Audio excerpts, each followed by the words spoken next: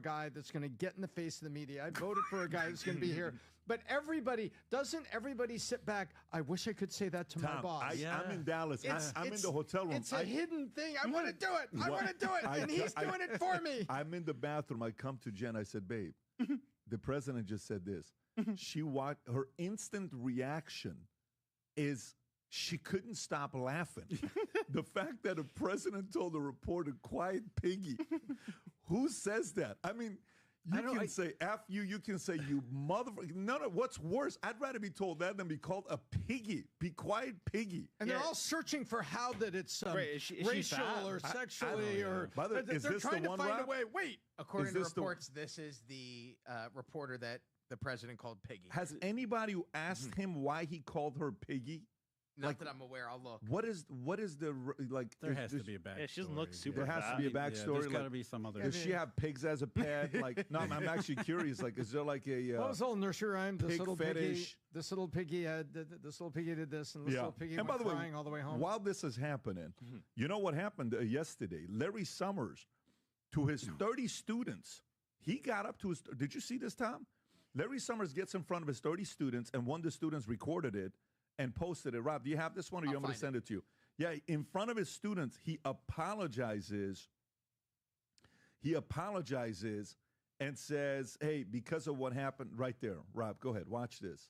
Some of you will have seen my statement of regret, expressing my shame with respect to what I did in communication with Mr. Epstein, and that I've said that I'm going to step back from public activities for a time, but I think it's very important to film my teaching outline. So there you have it. So Larry Summers comes out, apologizes.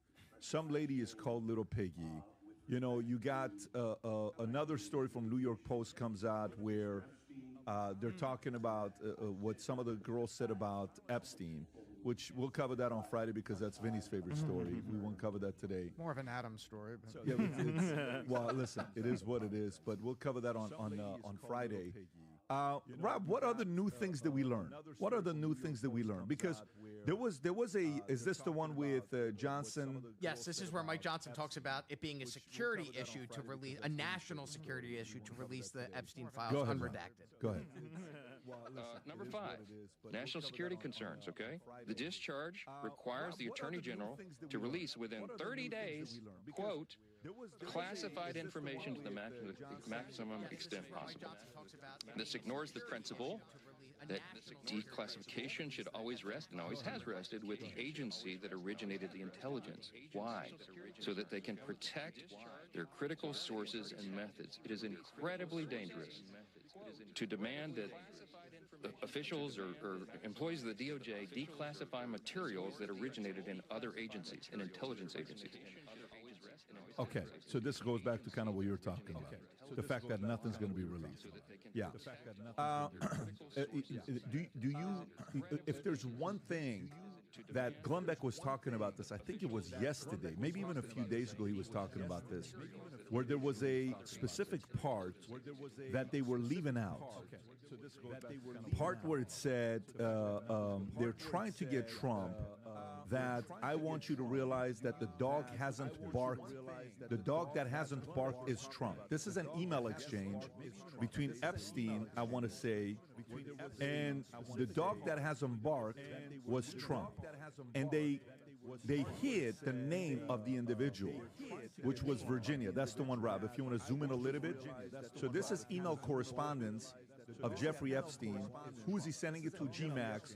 I want you to realize that the dog that hasn't barked is Trump. Victim they hid.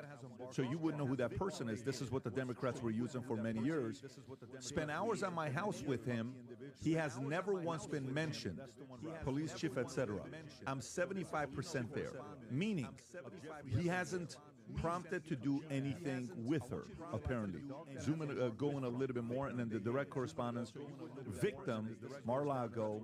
Trump said he asked me to resign, never a member ever. Of course he knew about the girls, as he asked Ghislaine to stop. Okay? So who is the victim? The victim is Virginia Giuffre, okay? And when Virginia was asked about the relationship with the president, and the question was asked, Donald Trump was also a good friend of Epstein, and this questioner going back and forth. I don't know if you have that one or not, Rob. And she responded, he didn't partake in any of the sex with any of us is what was said in there, right? But he flirted with me. So this is some of the stuff that is coming out. I think it's good that it's being released, even though if it's a little bit, we're still getting more than we had the day before. I don't mind if more and more information is being released and being talked about. But the reality of it is, I'm convinced there's guys on both sides, and I think a lot of people are probably in the same place as well. They just don't want the world to know who these names are. They think it's a much better place to keep it to themselves. Tom, I'll give you the last word, and we'll go to the next story. If anybody thinks that this is, first of all, Vinny's not here, but I will speak up for the horrifying effect that happens to the victims. And I'm not equivocating the two things I'm about to say. But there's a reason why they all say they're in favor of campaign finance reform and they pass resolutions that do nothing. There's a reason they're all in favor of the line item veto and then they don't pass any resolutions. Because that is the uniparty, that is the establishment, and that is what the American voter can see in the clear light of day and is pissed off about, and it's getting worse and worse and worse. And now you have something as volatile as pedophilia and the victims, and it just has pushed the Americans over the top. An answer. Yeah. Can I add one more thing? Of course. One thing that we've learned from all this, especially the Larry Summers thing, it's true, right? That there is this other I think there is some progress with information. That's what I'm saying. Yeah. It's not specific, but it does confirm everybody's gut feeling. Larry Summers apologizing, Jeff, that's a pretty big deal. But it goes along. People are right. Yeah. They know that there's something there. So, Yeah. So I'm more of the thought of, I'm more optimistic that a more is going to come out. It's never going to fill the appetite of the audience because they want 100%. But I'm coming from a place of, I think there's going to be some progress and more information coming out. Not 100% of it, but more of it coming out for us to get smarter with what happened here. Because the more and more stories you see with these girls, it's devastating. That's someone's daughter. That's someone's niece. That's someone's, today, their wife. That's someone's sister that experienced something like this. And you can only imagine, as a younger brother, you know, my sister's a few years older than me. I was always extremely protective, to the levels of that even somebody, there was a guy, she had an ex-boyfriend one time. This poor guy, I get out of the military. He is 10 years older than me. We're at the church, and he walks by. I'm in my uniform. I'm 18 years old. My dad is begging me to not do anything because we did something to the guy when he left the gym one time when I was 15 years old, 16. I don't know what it was. It was a long time ago. That level of protection that you have for the people around you. So I'm sure a lot of families want to see justice with this. So we'll see what happened here with the story. Let's go to the next one. Now, more things yesterday. MBS is in town yesterday, okay? When he's in town, Ronaldo's there. Musk is there. And while MBS comes in, Trump is going to say hello to him. He slaps Elon Musk in the butt. Rob, you know which one I'm talking about? Yep. Yeah, he slaps Elon Musk in the butt, like Vinny was saying earlier, as if, hey, welcome back. You know, as long as you apologize, you're welcome back here. I don't know if you have the clip or not. Is that the one? Okay, right there. Go ahead, Rob. Trump is going to say hello to him. He slaps a little tap in the belly, checking his six-pack. Okay, and then if you want to show Rob the exchange with the media, there's a couple of them. That's one of them, and then we'll go to the other one as well while they're having fun together with the investment that he's making. Is this the whole exchange? Oh, this is the one, Rob. Is this the whole exchange? 2 minutes? Yep. Yeah, let's watch this. Go ahead, Rob. Watch this, folks. Yeah, let's watch this. Go ahead, Rob. For your family to be doing business in Saudi Arabia while you're president, is that a conflict of interest? And Your Royal Highness, the U.S. intelligence concluded that you orchestrated the brutal murder of a journalist. 9/11 families are furious that you are here in the Oval Office. Why should Americans trust you? And the same to you? Now, who are you with? I'm with ABC News, sir. You're with who? ABC News. Fake news. ABC fake news. One of the worst in the fake news. But I'll answer your question. I have nothing to do with the family business. I have left, and when I've devoted 100% of my energy. What my family does is fine. They do business all over. They've done very little with Saudi Arabia, actually. I'm sure they could do a lot. As far as this gentleman is concerned, he's done a phenomenal job. You're mentioning somebody that was extremely controversial. A lot of people didn't like that gentleman that you're talking about. Whether you like him or didn't like him, things happen. But he knew nothing about it, and we can leave it at that. You don't have to embarrass our guest by asking a question like that. Just you ask Mr. President, allow me to answer. You know, I feel painful about, families of 9/11 in America, but, we have to focus on reality. Reality based in CIA documents and based on a lot of documents that Osama bin Laden used Saudi people in that event for one main purpose, is to destroy this relation, to destroy the American-Saudi relation. That's the purpose of 9/11. About the journalists, it's really painful to hear, anyone that been losing his life for, no real purpose or nothing illegal way, and it's been painful for us in Saudi Arabia. We've did all the right steps of investigation, etc., in Saudi Arabia, and we've improved the system to be sure that nothing happened like that, and it's painful. There's another one that happens as well with the investment of $681 trillion. If you want to find that, Jeff, what do you think about that exchange? Well, what the reporter asked, and then MBS actually wanting to answer it, not wanting President to defend it, protect him. Yeah, there's a lot going on here. I think the Saudis are in a lot more trouble than people realize, given oil prices and the oil economy over in Saudi Arabia. And I think there's a huge incentive for the United States to offer support, but also Saudi Arabia to give them something as well. So I think it's not really about these political distractions. It's more about, hey, we've got some real trouble going on here. We need to get along really well. Brandon, what do you think? Yeah, I 100% agree. There's been, I think it's like 80% of their GDP is from oil, and they're putting a huge initiative into building things to make it more of a desirable vacation destination. So, I mean, it's a weird place to take that conversation. Like it's for 9/11 questions or Jamal Khashoggi questions, when there's a lot more interesting things to talk about than that, and there's like very little information about that stuff. So yeah, I think the main reason that we're doing a lot of work with them is because we need them, and they need our investment to make it a more desirable vacation destination. Well, here's Rob. I don't know if you have the other clip where he says ABC should lose their license. Is this the one, Rob? No, because I can grab that. he was so unhappy with the question that he comes back explaining to her on how many different news, companies lost lawsuits to him, and then he came back and said this about ABC. Go for it. People are wise to your hoax, and ABC's your company, your crappy company, is one of the perpetrators. And I'll tell you something.